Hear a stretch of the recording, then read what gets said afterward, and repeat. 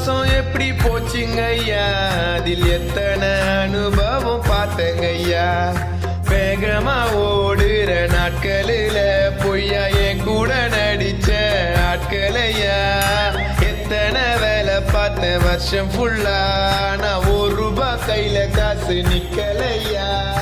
100 அழுகையில் சேர்ந்த சிரிப்புல new year கொண்டாட வேண்டுமையா.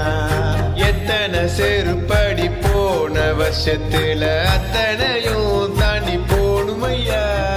புதுசா வருஷங்கள்